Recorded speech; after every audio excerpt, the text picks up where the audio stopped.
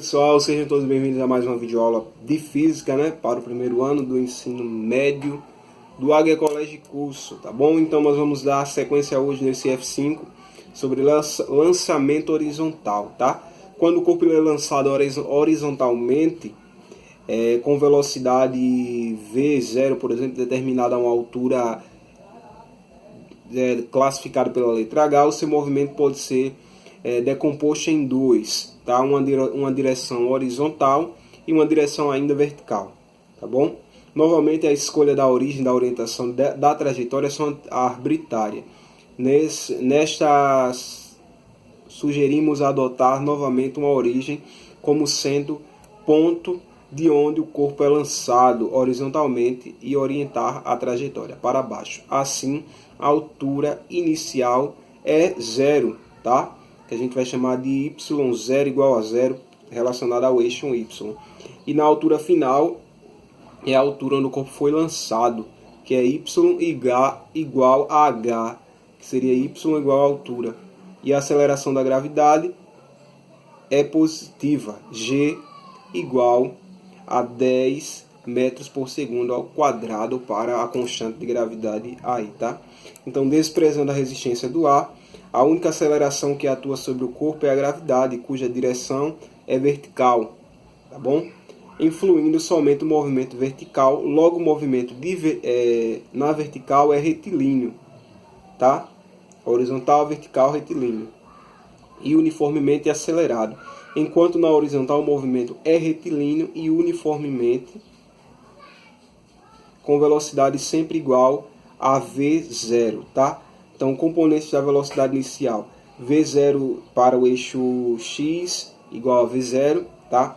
E V0y igual a zero, no caso para o eixo y aí, tá? Aí temos as funções horárias na horizontal do movimento retilíneo uniforme e na vertical para o movimento retilíneo uniforme variado, tá? Temos aí as funções horárias nesse quadro azul, que vocês podem ver na página 26 do livro de vocês também, tá bom? Tanto o V0x, que é igual a V0, que é a constante, tá? E o Vy, que a gente vai ver que é igual a GT, que a gente vai ver que é essa constante aí relacionada à constante gravitacional, tá bom?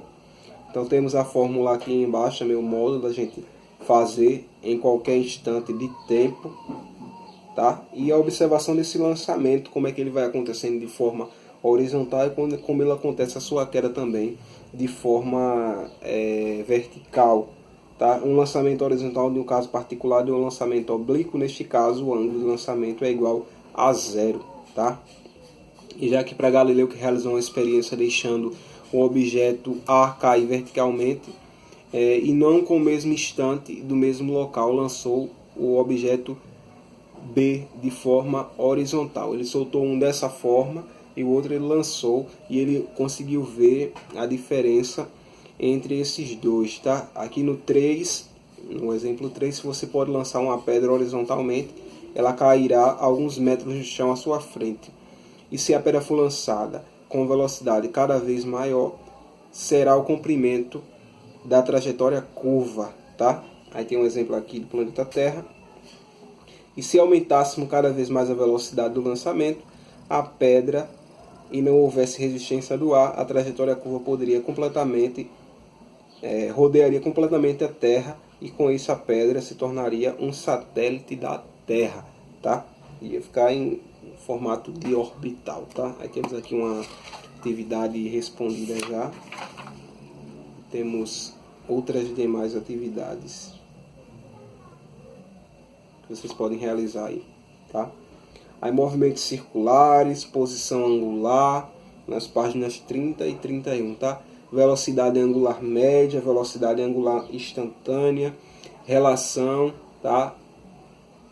Dividindo os dois movimentos de igualdade aqui, aceleração angular média, aceleração angular instantânea, a relação entre beta e y aqui. Então tem todas essas considerações relacionadas aos movimentos circulares para esse capítulo, tá? Esse capítulo de vetorial aqui também. E o período de frequência, que é um fenômeno chamado de período quando se repete identicamente em intervalos de tempo sucessivos iguais. O menor intervalo de tempo da repetição do fenômeno chamado de período T. Cada intervalo de tempo é correspondente a um ciclo descrito pelo móvel. Tá? Aqui na página 32 também temos essa parte que a gente vai lembrando. Outra atividade respondida. Movimento circular uniforme, aquilo que a gente já conhece também de outros capítulos, que é um corpo que realiza um movimento circular uniformemente quando sua trajetória circular e o módulo do vetor da velocidade é constante e diferente de zero. Isso significa dizer que um corpo em movimento circular uniforme sempre descreverá uma revolução, volta no mesmo intervalo de tempo. Tá?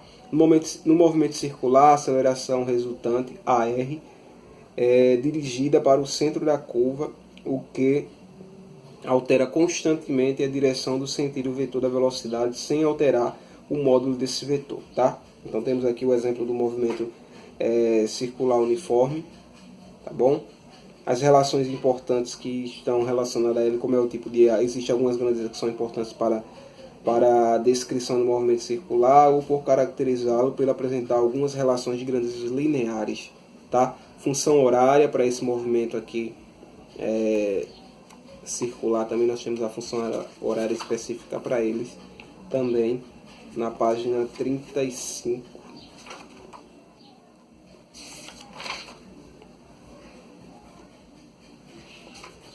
E aqui,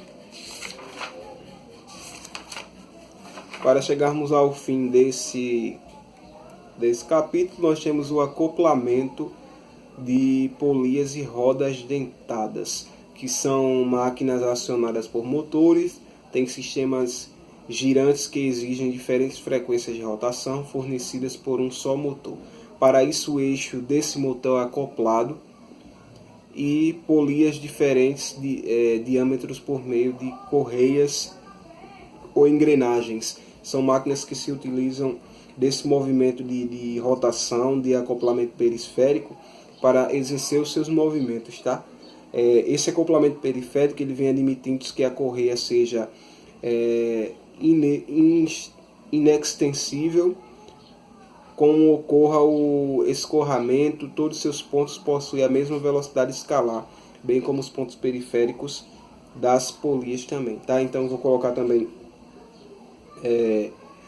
algo que possa reforçar aqui esse entendimento para esse acoplamento também de rodas dentadas, que tem presente aqui no nosso livro, também no nosso capítulo, que está relacionado também a esses tipos de máquinas. Ok, pessoal? Então, nas próximas aulas também a gente vai trabalhando mais especificamente cada ponto desse e esclarecendo todas as dúvidas que a gente eventualmente vai surgindo e vai aparecendo ao longo do caminho. Tá certo, pessoal? Então, fiquem todos bem. Vamos focar que diante de qualquer outra coisa a gente vai conversando. Vamos realizar uma atividade também aí para ver a questão desses conteúdos que já foram passados, para a gente atribuir uma nota também relacionado ao estudo já feito nesse conteúdo, tá? Então, F5, que a gente viu aí como título do capítulo foi a cinemática vetorial, a gente teve que ver de forma mais acelerada, bem acelerada mesmo, mas a gente consegue tirar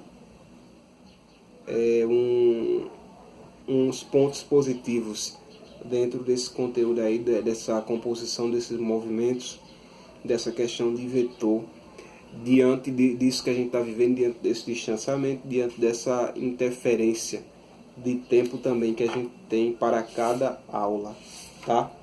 Mas lá na plataforma vão estar exposta e a gente deseja que todos acompanhem de forma gradual, de forma que realize suas atividades com o auxílio que o livro didático já vem nos dando e com a mediação que eu consigo levar até vocês também, tá certo? Então essa é a nossa proposta. Fiquem todos bem E diante de qualquer coisa, me procure a escola que a gente vai sanando esses impasses, ok?